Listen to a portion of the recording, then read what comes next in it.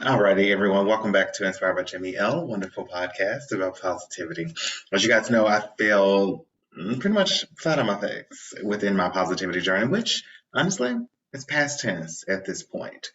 I lost my dad earlier this year, New Year's Eve, and the emotions that kind of came from his death, his funeral, and the unbelievable support and love that I received. I wasn't prepared for it, and so it kind of knocked me off my game a little bit. And so, if you've been watching and following along this journey, it's been getting interesting more and more every single week. But I'm in the process of gaining or regaining my footing on my foundation. And my foundation through positivity and inspiration. And so I'm doing a little bit more. I'm a little bit more active on social media. The podcast itself has continued, but more importantly, I have discovered or remembered that motivational speakers, inspirational messages from YouTube and podcasts, that is what my foundation has always been. And so I'm learning to go back to that, going back to the basics. And so today, this is no different. This is a reaction to another inspirational speaker, which is actually Abraham Hicks from YouTube. And this particular clip is titled Abraham Hicks Asks the Question 200 or 300 Times Every Day. So this one has really motivated me, and I've actually had it saved now for maybe 3 weeks. And I go back and I listen to it every once in a while. I didn't realize how impactful it was. And so let's get right into it. Here we go. Be as big as it is, because it's big enough. Did you hear that? Don't try to fake it till you make it.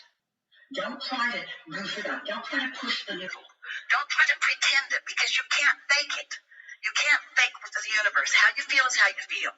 But you can, if you discover a feeling that isn't satisfying, you can refocus if you do it early enough, before momentum gets hold of it. Because if momentum gets hold of it, then you're just going to have to sort of go with it until another opportunity to choose shows itself to you. Does that make sense? So let's talk about some details if you want to.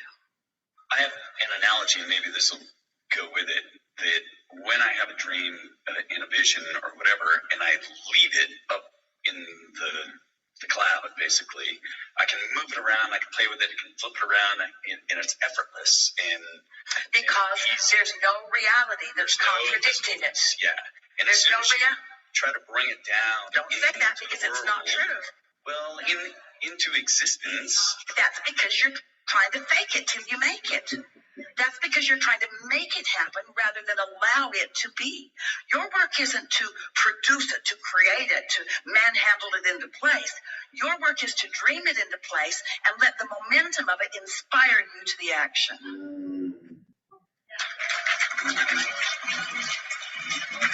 But then little old me has to write the email and create the relationships. Yeah, but don't do it unless you're satisfied. That's the point. If you get an impulse to write an email and you say, is this a satisfying thought? Write it. Here's what we're leading up to. You are always in the receptive mode of something. If you're sleeping, it's a different thing. But if you are awake, you are offering a vibration and you're in the receiving mode of something. The question is, what? What are you in the receiving mode?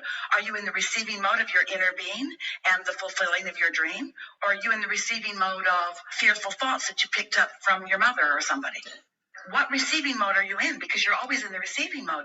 And asking yourself the satisfaction question will tell you what receiving mode you're in, what influence you are under. Esther just sent the proof to the printer. I'm gonna stop that right there. This is actually a 14-minute clip, but that was probably one of the biggest pieces that inspired me, and so I wanted to make sure that I played that piece for you. So, number one thing that I want to react on, I want to say that has really, really helped me along this journey, is that you cannot fake it till you make it. Like, that whole notion is over, honey. And why would you want to? At the end of the day, you feel the way that you feel. And so whether you are grieving, whether you are starting a new business and you feel like you have this great idea, that's how you feel. And there's nothing wrong with it, okay? Absolutely nothing wrong with it. You feel the way you feel, period. And no one, let me rephrase that. You should not have to justify how you feel to anyone. So my first reaction is, it is what it is. You feel the way that you feel, period. There's nothing wrong with that. So I love that. And then the second piece of it, and in this particular clip, he was talking about dreams and manifesting dreams. And so, and I love her response to it, and it's something that I'm starting to grapple around, because I never really thought of it this way. But when you are inspired to act, when you're inspired to write that email, or inspired to call the bank about a loan, or inspired to build a business plan, or to build an empire, when you are inspired to act, that's when you should be acting. That's when you should be putting a little effort, if you want to call it that, into moving toward your dream. But if you're feeling negative, you're feeling down, your limiting beliefs are jumping into your brain, and you're saying, I can't do this, and the bank will never approve this loan, or I can't write a business plan. When you start to think like that, allow that momentum of that negativity to just kind of go and do its own thing. But when you're feeling like that, that is not the time to act. So whatever you have in motion in regards to your negativity, let it play itself out. But honey, that is not the time to put effort towards your business. That is not the time to change the direction of your life. That is not the time. Go to sleep, take a nap, do some meditation, walk around the park and get in front of some water, and listen to calming music, whatever it takes to get you back in the inspiring mode, so that you can be inspired to act. Be positive, feel good about whatever decision it is that you're making. Okay? I know I'm personally doing that now. Actually, with the YouTube channel is a great example of that. After everything kind of happened with my dad, and even slightly before, when he was getting sicker and sicker and sicker, I wasn't feeling motivated. I wasn't feeling inspired to do a video, or to do a podcast, or to inspire anyone. I wasn't inspired to do that. And so I didn't. And I remember talking to my husband about it, and I remember him saying, I'm glad that you're not, because if you were in this moment, it really would come off as fake. Because he was right. He was absolutely correct in that. I did not feel inspired. I didn't want to inspire, and so I didn't. Once everything kind of passed, and I'm starting to rediscover Jimmy, I was like, okay, I feel like doing a video today. Let me do it. I'm inspired to motivate. Let me do it. I'm feeling good about these videos. I'm feeling good. And that lets me know that I'm doing exactly what I'm supposed to be doing in this moment.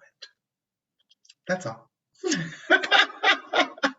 I hope you guys enjoyed this particular clip. I hope you were inspired to act positively. And no matter what you do, whether you listen to me or not, it doesn't even matter.